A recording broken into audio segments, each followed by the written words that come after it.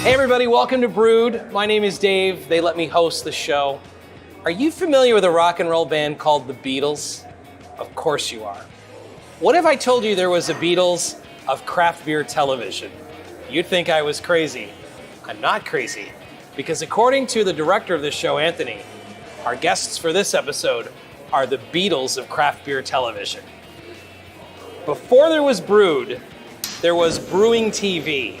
And we're joined now by the hosts of Brewing TV. We're going to learn about what that show was and the painful breakup that led to this awkward reunion.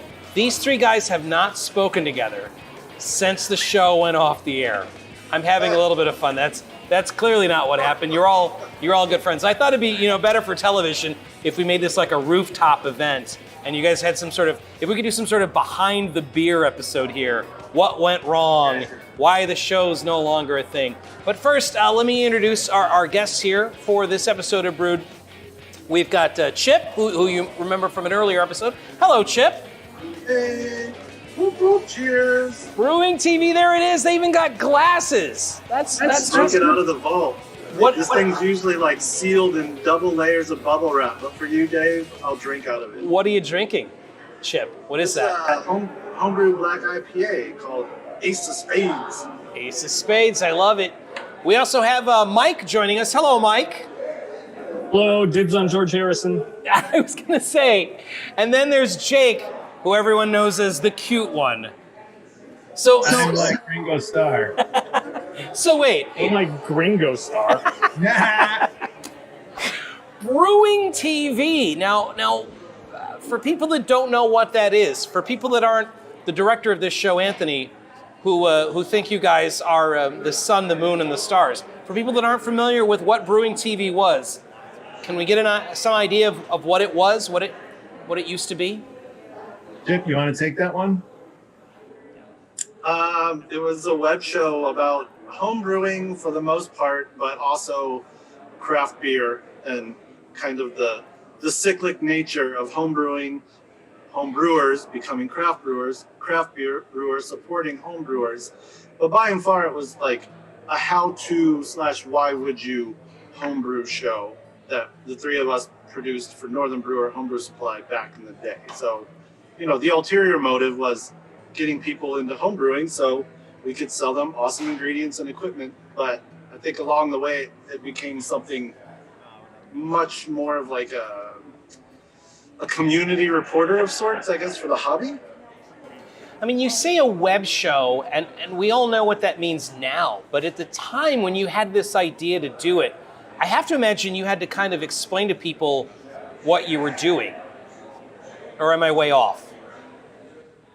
Yeah, this was when terms like vlog and videocast and we were all in this internet age of trying to figure out how do you describe this media to an audience. And we just noticed that there was a space where there were really good books about craft beer and brewing. There were really good podcasts or internet radio about craft beer and brewing, but there was no video series about it. And so we thought this is totally a space that we could occupy. And we felt like we were well positioned because obviously we were super deep into home brewing and all three of us were home brewers and knew it backwards and forwards. But it also gave us almost kind of an impartial, neutral stance on beer and craft beer, right? Because we were fans, but we also knew a bunch of people that ran breweries. But we could kind of look at it from the eyes of a home brewer versus just like a craft beer, lot. And I'm guessing too that it makes more sense for it to be something that's on television as opposed to a podcast or a blog because of the visual medium and you want to see, every time I have to change a light bulb in my house, fellas, anytime I have to do anything on my house, I go running the internet to watch for a video to see how it's done. I have to assume it's the same for home brewing where you feel more comfortable doing something when you're able to see how it's done as opposed to reading or hearing. Am I way off? I think that tracks for sure. Especially, and that's only increased, since we first aired the show, what was it, 11 years ago now? The internet is just kind of your default research facility now, right? For anything like that. And you make a good point too about just like the tactile experience of beer. It's hard to convey that in just an audio file or just on the written page. There's something way more compelling about seeing a beer being poured than having it described to you.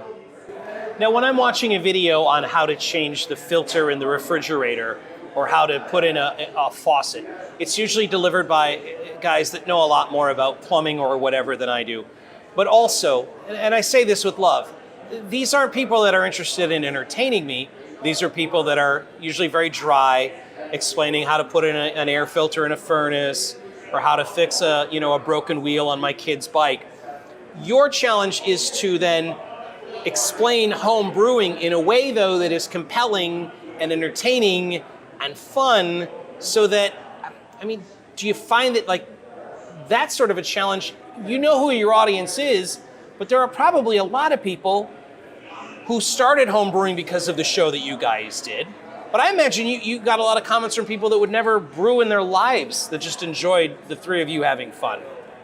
Yeah, I think we kind of call it lightning in a bottle a lot, which might be like self-congratulating a little too much, but it's funny you say dry, because we honestly felt we were very dry. We're very dry in general, but somehow people attach to that because I think so many other things, whether it's like shock jock radio or like just real hosts of show, present company excluded, hosts of shows very often like they take it up to 15, you know what I mean?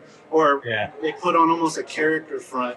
So we were just these two guys in front of a camera and one behind who loved making beer and often didn't think that we had to like make it sound more than it was in order for us to find it fun. We always said focus on the why, not the how, because there's plenty of resources out there to tell you how to do this. People wanted to know the story behind the beer. They wanted to know that these were real people.